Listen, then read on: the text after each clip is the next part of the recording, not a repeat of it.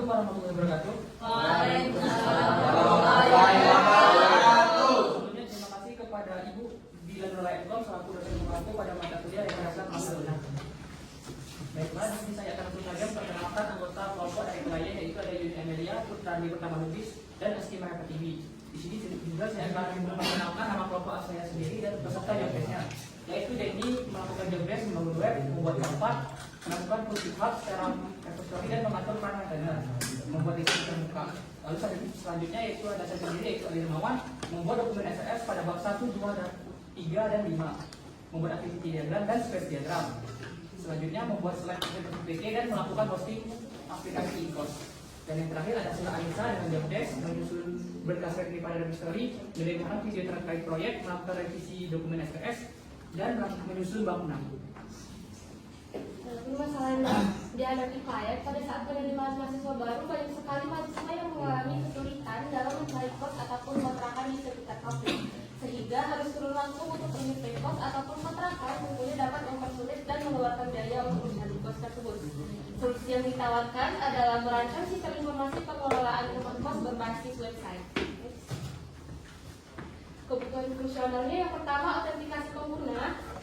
Sistem menyediakan registrasi, login, logout, dan pengaturan akses untuk semua pengguna. Lalu yang kedua, profil pengguna. Pengguna dapat melihat dan mengedit profil serta mengganti password. Lalu yang ketiga, upload dan unduh. Pengguna mengunggah berkas sesuai format dan pemilik dapat mengunduh berkas tersebut.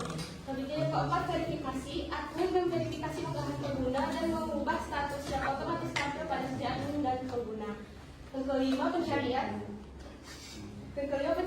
Sistem menyediakan fitur pencarian berdasarkan kata kunci. Dan yang terakhir, dashboard. User mendapat rekomendasi kos, admin melihat ringkasan data pengguna, dan pemilik kos melihat ringkasan penghuni serta verifikasi penyewaan. Selanjutnya, kebutuhan non-fungsional. Yang pertama, usability. Tampilan layout dibuat sederhana dengan menggunakan bootstrap dan CSS. Yang kedua, space. Penyimpanan hanya dibutuhkan untuk change browser sekitar 50 hingga 100 MB.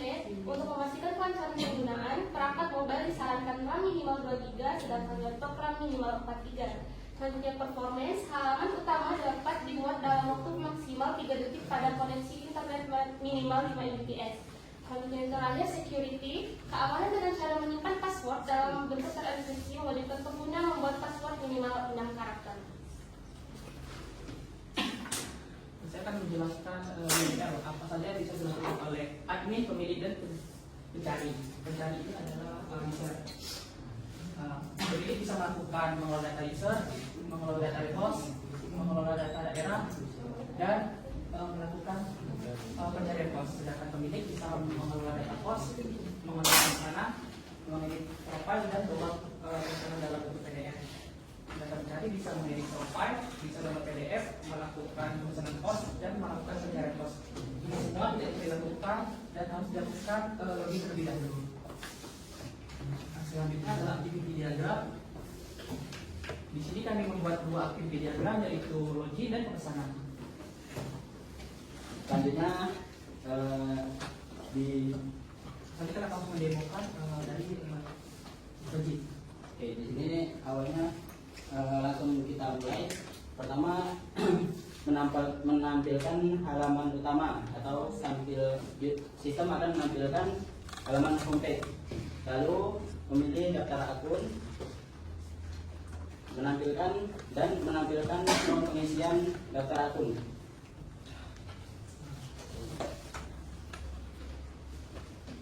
Jadi user melihat halaman utama dan ketika dan sistem menampilkan homepage.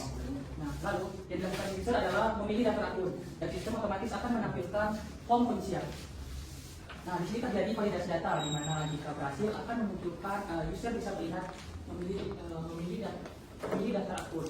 Jika gagal, di sini juga akan menampilkan pesan harus email berupa X, password 56 angka. Nah, jika berhasil user akan klik daftar sekarang. Jadi user klik tombol sekarang, maka akan kembali ke homepage dan activity login itu selesai. Selanjutnya kita masuk ke activity selanjutnya, yaitu activity pemesanan. Oke, selanjutnya pemesanan.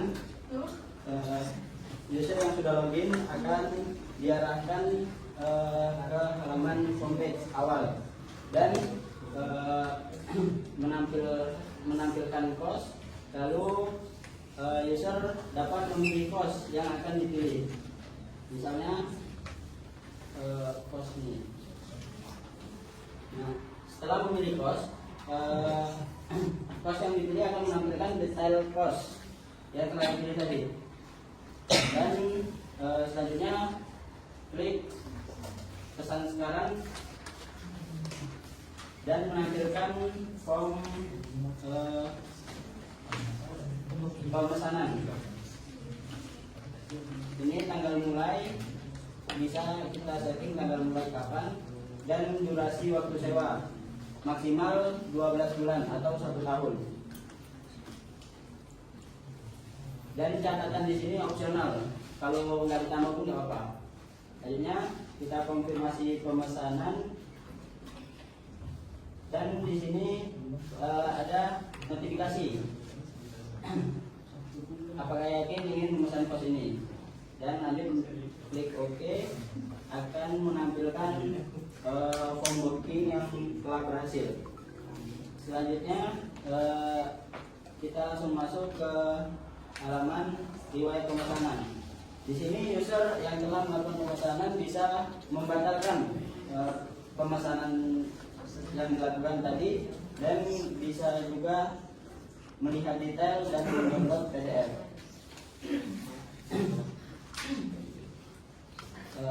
Dan di sini user yang telah melakukan pemesanan akan menunggu dikonfirmasi pemesanannya oleh pemilik. Di sini pemilik bisa mengkonfirmasi atau membatalkan. Kita konfirmasi. Jika dikonfirmasi akan menampilkan pesan menampilkan pesan konfirmasi pemesanan ini. Klik OK, maka pemesanan akan statusnya berubah menjadi menunggu pembayaran di pemilik. Dan ketika kita lihat kayak begini, maka status pembayaran di user akan menyuruh user untuk membayar kos yang telah dipesan tadi. Artinya coba kita bayar. Nah, di sini user hanya bisa melakukan pembayaran melalui mengirim bukti transfer saja. Contohnya ini. Jadi setelah WhatsApp, customer itu menghubungi si pemilik dan konfirmasi ke total pembayaran. Selanjutnya, Dan apabila user telah melakukan pembayaran di pemilik, maka pemilik memiliki beberapa pilihan aksi, yaitu terima bayaran, tolak pembayaran. Nah, dua ini digunakan untuk melihat apakah bukti transfer yang dikirimkan user tadi itu betulan apa enggak. Kalau bohongan kan bisa ditolak bayar. Misalnya sebagai contoh bisa kita terima bayaran. Oke. Nah, setelah pembayaran diterima oleh pemilik, maka status di user atau pencari itu akan berubah menjadi dikonfirmasi atau lunas. Dan di pemilik kos itu statusnya status kosnya itu dipesan, berarti tidak bisa dipesan orang lain lagi. Dan status pembayarannya lunas. Dan di sini ada aksi penyewaan selesai, tombol aksi penyewaan selesai, yaitu gunanya untuk apabila kan, biasanya kan kalau orang kos belum nyampe waktu habis itu dia udah keluar, ada yang gitu. Jadi pemilik bisa merubah status kos tadi menjadi tersedia kembali. Atau suatu selesai.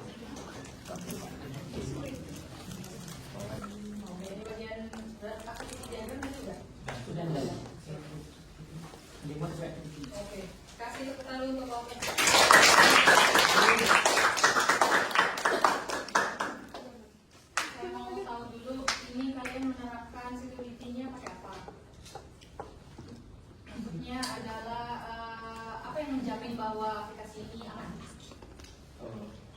Jadi kami cuma mempercayai dari kalau tidaknya itu free. Maksud saya itu dari ini ya, dari sistemnya itu sendiri loh. Kalau di Apakah menerapkan passwordnya bagaimana? Maksudnya ya Apakah hanya dari passwordnya aja? kalau password memang 6 karakter dan jenis. Kalau di untuk login disesuaikan lagi usulan. Coba saya mau tahu alur logika untuk registrasi berdasarkan role itu, karena ada 2 role-nya ya. Itu kayak gimana kalian Ada 3 Oh, disebutnya. 3 ya malah. Admin 1 lagi. Oh, tapi kalau yang pas daftar itu 2 kan ya? Iya. Oke, coba gimana? Ya, logikanya gimana? Login ya? Kayaknya sini. Tadi saya ketemu yang itu di registrasi.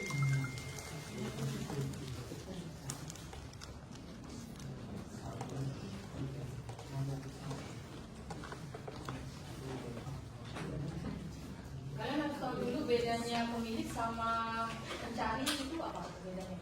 pemilik sama pencari itu untuk pemesan kos, sedangkan pemilik itu pemilik dari kosnya ini. Ya, saya tahu. Tapi saya itu pekerjaannya yang dia bisa lakuin. Oh yang silakan. Bedanya itu apa? Pemilik itu bisa melakukan termasuk bayar, membatalkan orderan. Kalau tidak hanya bisa Bisa menolak juga.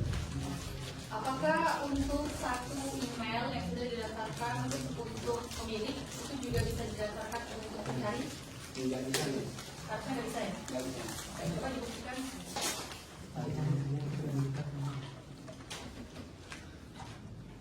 Email yang sama ya, email gila@gmail.com pencari, gila@gmail.com untuk pemilik. Nah, ini kan emailnya ini perlahannya ini gmail.com. Coba pakai ini. Pakai ini. Tapi daftarnya ini sebagai apa? Dicari. Pencari apa? Iya. Sekarang Dedi daftar pakai email yang itu untuk pemilik. Iya.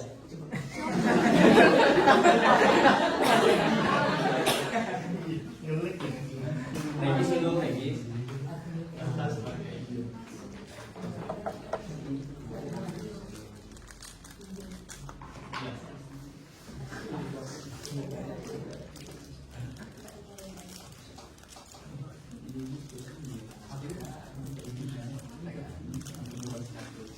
Oh salah. buat aku nih misalnya. Iya. Mau buat apa dulu? Kalau mati.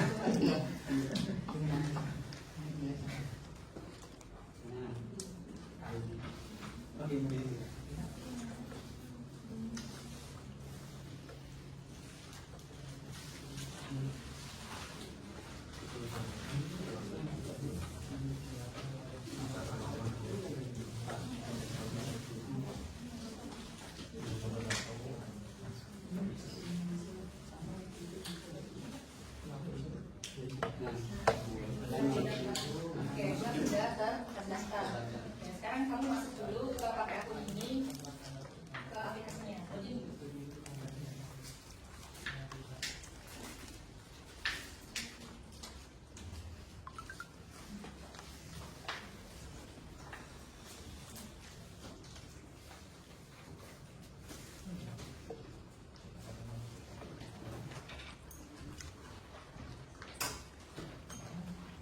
Oke, itu ke indeks ya. Oke, coba pilih salah satu dulu. Jin udah login. Udah, Mas.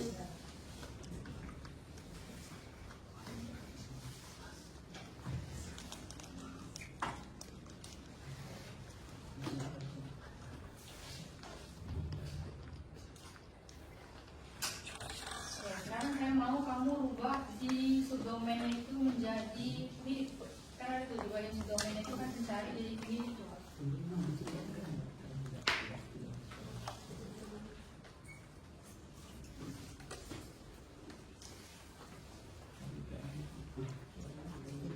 Oh, Oke, login ya dia. Dia login sebagai apa? Pemilik. tetap mencari. Tetap pencari. Coba kamu nih. Nah.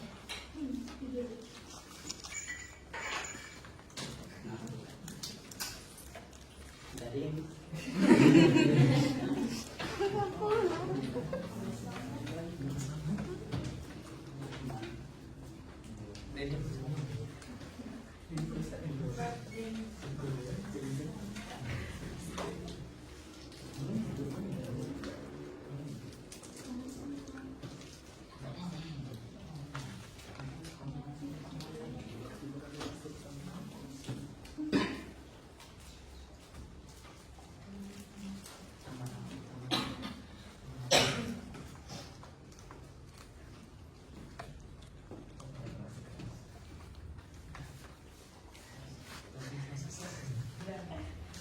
Oke, saya masuk ke pertanyaan. Tadi udah. Saya salah. Oke, saya mau masuk ke Aldi dulu. Aldi di sini membuat SRS dan sequence diagram. Oke, coba Aldi jelaskan salah satu aja dari fiturnya ini berdasarkan sequence diagram yang kamu bikin. Itu alurnya seperti apa? Kalau ini tidak menandakan di GPT, tapi space diagram itu ada dua. Yang pertama ada Dewa bisa pertama itu membuat akun. Nah, jika sudah punya akun, space diagramnya itu bisa langsung ke teknologi. Nah, ini sudah terdaftar. Nah, jika sudah terdaftar, si penyewa itu bisa melakukan yang selanjutnya adalah memilih sewa. Contohnya saat ini, setelah menyewa, customer harus membayar. Membooking. Setelah melakukan pembayaran, admin harus mengkonfirmasi atau pemilik. Setelah dikonfirmasi, pembayaran.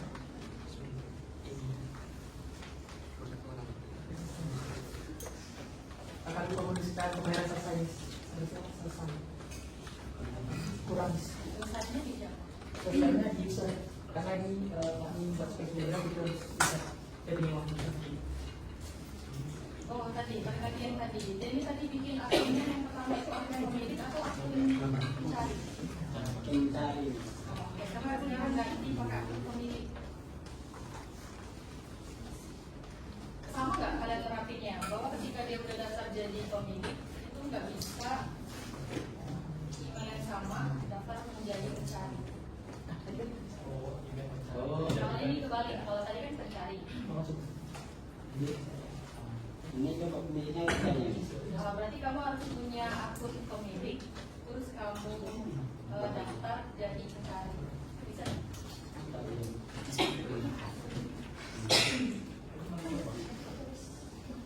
Tak bisa di sini. Kenapa? Alasannya kenapa? Karena di database-nya udah ini guys. Apanya? Emailnya. Berarti tetap nggak bisa ya? Iya. Oke, coba sekarang login sebagai pemilik. Nah ini udah ada nih. Siapa nih? Ini kan Yang pemilik kan? Iya. Siapa nih nama usernya? Pemilik. Oh, nama usernya pemilik. Nah sekarang coba ganti deh itu pemilik itu yang subdomainnya itu ganti jadi pencari. Hapus pemesanan PHP. Langsung terbang ke folder pencari.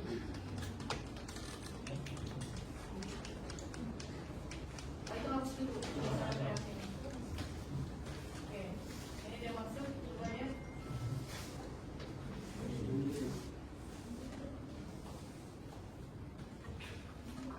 Kenapa dia bisa masuk ke halaman pencarian?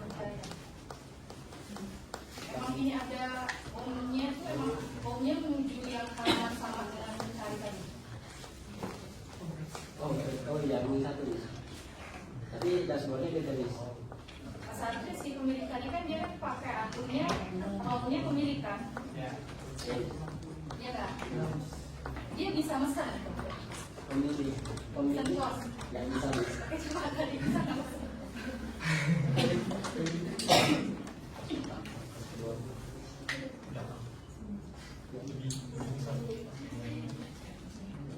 Coba.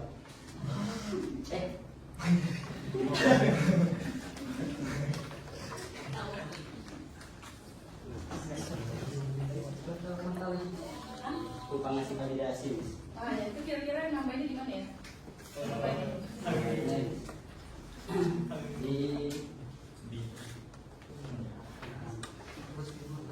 Nah sekarang tambahan untuk ketiganya nih, dan ini pertanyaan terakhir kan? Kalau bisa jawab dulu. Tadi apa untuk menentukan itu tadi role tadi bahwa memang ketika dia masuk itu sebagai pemilik, memang yang ditampilkan itu adalah dashboard. Begitu juga sebaliknya, kalau dia daftarkan sebagai pencari dia nggak bisa masuk ke dashboard, tapi kalau pemilik bisa masuk ke home. Masuk di mana?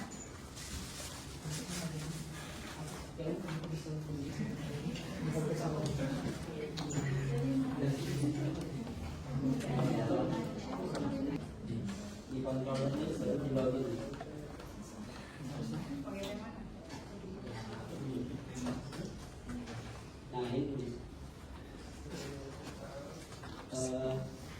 usernya itu role itu disesuaikan di pemilih. Nanti lokasinya diarahkan ke dashboard. Di dashboardnya